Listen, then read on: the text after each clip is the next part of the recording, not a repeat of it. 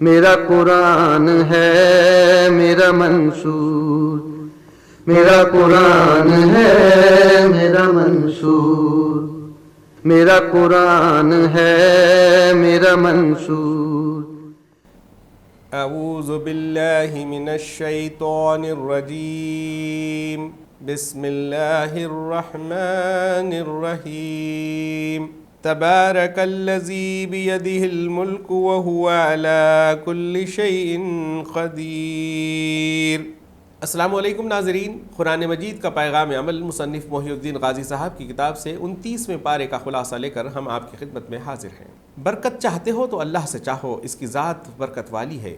ہر چیز کا مالک اللہ ہے، اس نے موت اور زندگی اس لیے بنائی ہے تاکہ تمہارا امتحان کرے کہ تم میں کون اچھے کام کرنے والا ہے۔ شیطانوں کے لیے دوزخ کا عذاب ہے، اور شیطان کی پیروی میں جو لوگ بھی رب کی باتوں کا انکار کریں ان کے لیے بھی دوزخ کا عذاب ہے۔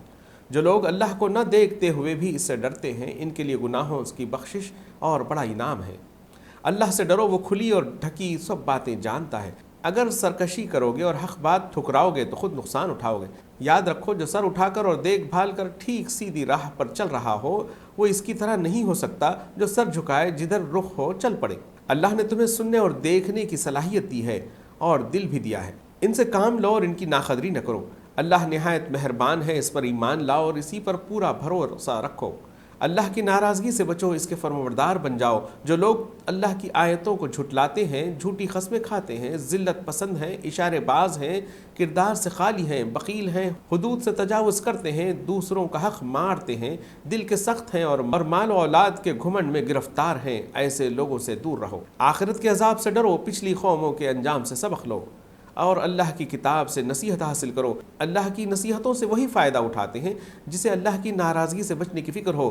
اپنی روش درست کر لو، بہت خطرناک عذاب ہے ان کے لیے جو اللہ پر ایمان نہیں رکھتے، غریبوں کو کھانا کھلانے پر اکساتے نہیں اور ہر وقت گناہوں کے چکر میں رہتے ہیں۔ قیامت کی ہولناکیوں سے ڈرو، قیامت کے دن ہر مجرم چاہے گا کہ اس کے بیٹے، اس کی بیوی، اس کے بھائی اور اس کے خاندان والے سب اس کی جگہ جہنم میں ڈال دیے جائیں اور وہ بچ جائے۔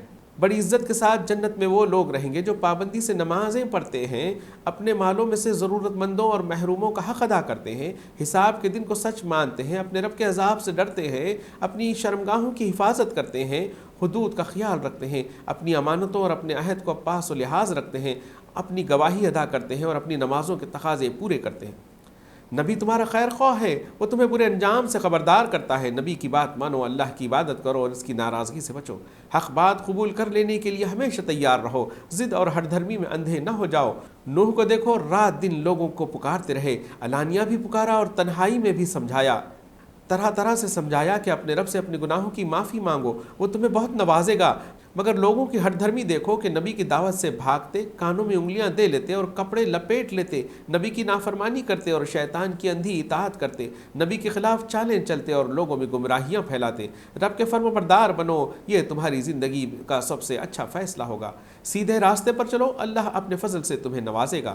رب کی نصیحتوں سے منہ نہ موڑو ورنہ اللہ سخت سزا دے گا۔ مسجدیں اللہ کے لیے ہیں، اللہ کے ساتھ کسی اور کی بندگی نہ کرو، صرف اللہ کو پکارو، کسی اور کو مت پکارو۔ اللہ کا پیغام خود بھی سنو اور دوسروں کو بھی سناؤ۔ رات میں اٹھ کر اللہ کی عبادت کرو، ٹھہر ٹھہر کر قرآن کی تلاوت کرو، تمہارے اوپر بڑی بھاری ذمہ داری آنے والی ہے۔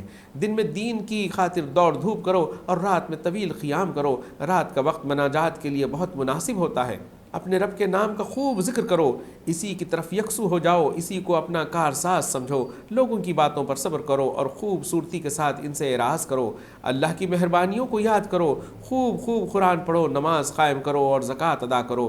اللہ کو نہایت خوش دلی سے قرض دو اور اللہ سے مغفرت کے طالب ہو۔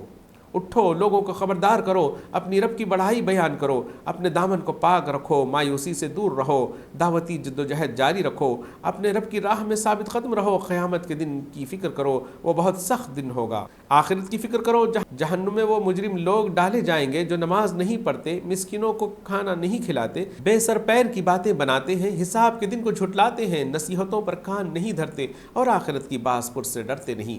اللہ کی کتاب نصیحت اور یاد دہانی کی کتاب ہے، اس سے فائدہ اٹھاؤ، اللہ سے رشتہ جوڑو، اللہ ہی اس کا اہل ہے کہ اس کی ناراضگی سے بچا جائے، اور اللہ ہی اس کا اہل ہے جو اس کی ناراضگی سے بچے، اس کی وہ مغفرت فرما دے۔ قیامت کے دن کی فکر کرو، تمہارا ضمیر ملامت کرے تو اس کی آواز پر کان دھرو، برائیوں کا خیال آئے تو خود اپنے آپ سے شرم کرو، تم اچھی طرح جانتے ہو کہ تم کیا کر رہے ہو، پھر بہانے تراش کر خود کو دھوکے میں نہ دو۔ اس دن سے ڈرو جب بھاگنے کا کوئی راستہ نہیں ہوگا اور سارا کیا دھرا سامنے آ جائے گا۔ کیوں اللہ کے وعدوں کو جھٹلاتے ہو، نماز نہیں پڑھتے، اللہ کی ہدایت سے منہ موڑتے ہو، اپنے لیے حسرتوں کا انتظام تو تم خود ہی کر رہے ہو۔ اگر تم یہ سمجھ بیٹھے ہو کہ تم سے حساب نہیں لیا جائے گا اور تمہیں یوں ہی چھوڑ دیا جائے گا تو تم بڑے دھوکے میں ہو۔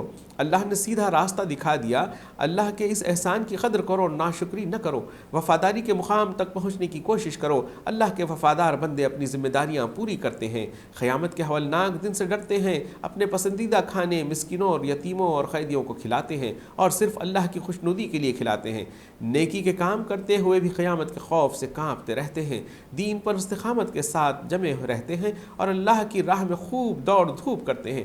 اللہ کے ہاں ان کی دوڑ دھوپ کی ناقدری نہیں ہوگی۔ اللہ نے یہ قرآن بڑے اہتمام سے اتارا ہے، اس کی قدر کرو، دین پر جمے رہو، کسی بدکار اور ناشکرے کی بات کو وزن نہ دو، صبح و شام اپنے رب کے نام کو یاد کرو، رات میں اس کے حضور سجدے کرو اور دیر رات تک اس کی حمد و تسبیح کرو۔ یہ کوئی دانائی نہیں ہے کہ اپنی ساری دلچسپیاں اسی دنیا میں مرکوز کر دو اور آنے والے دن کو یکسر فراموش کر دو جو نہایت کٹھن دن ہوگا۔ اللہ کی یہ کتاب بہترین نصیحت ہے، اس سے فائدہ اٹھاؤ اور اپنے رب کی راہ اختیار کرو، اللہ کی رحمت کے طلبگار بنو اور ظلم کے راستے سے بہت دور رہو۔ اللہ کی کتاب کو جھٹلانا اور مجرموں کی روش پر چلنا سراسر تباہی کا راستہ ہے۔ اللہ کی ناراضگی سے بچو اور اللہ کو خوش کرنے والے اچھے سے اچھے کام کرو، کبھی نہ ختم ہونے والی خوشیاں تمہارا انتظار کر رہی ہیں۔ ناظرین، خلاصہ مکمل ہوا، اگلے پارے کے ساتھ ہم کل پھر حاضر ہوں گے۔ اللہ حافظ۔ صلی اللہ علیہ وسلم، صلی اللہ۔